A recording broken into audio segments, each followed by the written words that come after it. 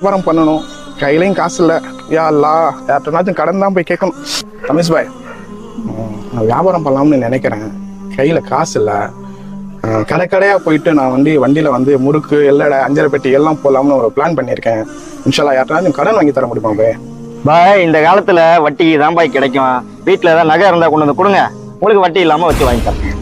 பாய், வட்டியெல்லாம் வேணாம் பாய், நகையும் இல்லை, வீட்லேயும் ரொம்ப கஷ்டம் பாய்.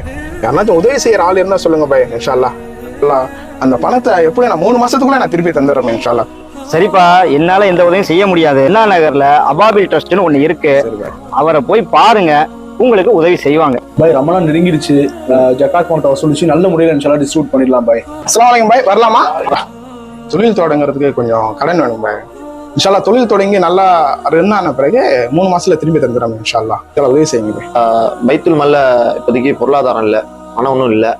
இன்ஷால்லா வந்துச்சுன்னா நான் உங்களுக்கு தகவல் சொல்றேன் பாய். ரொம்ப ஒருமையில இருக்கேன், பார்த்து கண்டிப்பா இன்ஷால்லா சொல்லுங்க பாய். அகிம் பாய், நான் எல்லாம் கணக்கு பண்ணி பார்த்துட்டேன். நம்ம ஜக்காத்து பணத்தை எவ்வளவு வருதுன்னு பார்த்தேன், 30,000 ரூபாய் வருது. கணக்கு பண்ணி பார்த்ததுல இதெல்லாம் முடிவு பண்ணி வச்சிருக்கேன். ஏழை மக்களுக்கு ஒரு 30 பேத்துக்கு ஏழை கம்மியான ரேட்ல சேலையும் வேஷ்டியும், அன்னைக்கு அவங்க சாப்பிட்றதுக்கு பிரியாணியும் அப்படி ஒரு பேக்கேஜ் மாதிரி கொடுத்துடலாம்னு சொல்லி ஒரு ஐடியால இருக்கேன். 30 பேர் லிஸ்ட் மட்டும் நீங்க ரெடி பண்ணி வைங்க, நம்ம கொடுத்துடலாம். நீங்க சொல்றதுலாம் சரிதான் பாய். இதை விட சிறந்த யோசனை ஒண்ணு இருக்கு. நம்ம ஆபீஸ்க்கு வந்திருப்போம் அப்துல் சலாம், அவர் தொழில் தொடங்குறதுக்காக கடன் கேட்டு வந்திருந்தாரு. அவருக்கு உங்களுடைய ஜக்காத்துடைய பணத்தை கொடுத்தீங்கன்னு வைங்களேன், அவர் சில தொழில் செய்து அவர் வருமானத்தை தீட்டி அவர் ஜக்காத் தரக்கூடிய நிலைமைக்கு மாறிடுவார். அதான் ஜக்காத்தோட உண்மையான நோக்கமே. இன்னைக்கு அவர் ஜக்காத் தந்தாருன்னா அதோடைய நன்மையும் உங்களுக்கு தான் வரும். நீங்க இன்ஷால்லா அவருக்கு அந்த உதவியை செய்யலாம்ல பாய்.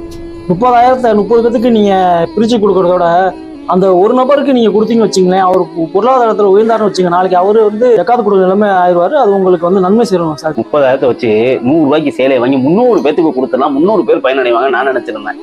இந்த ஐடியா கூட சிறந்த ஐடியாவா இருக்கு, நம்ம ஒரு ஆளுக்கே கொடுத்துருவோம். ஹக்கீம் பாய், அந்த சலாம் பாய்க்கு ஃபோன் பண்ணுங்க, வர சொல்லுங்க, வாங்கிட்டு இன்ஷால்லா பாய். பாய் வாங்க பாய், உள்ள வாங்க பாய். உதவி கேட்டிருந்தீங்க, அல்லாவுடைய கொண்டு அது தேவையில்லை. பாய் ஜக்காத் பணம் 30,000 வச்சிருக்காரு, அது இன்ஷால்லா உங்களுக்கு தராரு. நீங்க இன்ஷால்லா அல்லாவுடைய கொண்டு அதை தொழில் தொடங்கி நீங்க ஜக்காத் தரக்கூடிய நிலைக்கு நீங்க மாறணும். அல்லா உங்களுக்கு உதவி செய்வான் இன்ஷால்லா. அவர்தான் சில பணம் தராரு சார். அல்லா போதுமானவர், அல்லாவுக்கு அல்லா உதவி செய்வாங்க, அல்லா உங்களுக்கு பொருளாதார பறக்க செய்வாங்க பாய். தாங்க பாய், நல்லபடியா தொழில் செய்யுங்க.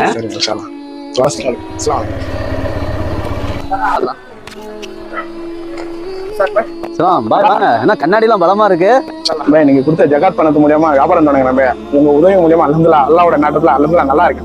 ரொம்ப ஜஸாக்கல்லா பாய். பார்க்கவே ரொம்ப மன சந்தோஷமா இருக்கு சலாம் பாய். சலா நீங்களும் இதே மாதிரி ஒரு பிரயோஜனமான ஜக்காத் செய்யுங்க, அதனால எனக்கு நன்மை தருவாங்க அல்லாஹ். கண்டிப்பா அல்லாஹ் தருவான் பாய் இன்ஷாஅல்லாஹ்.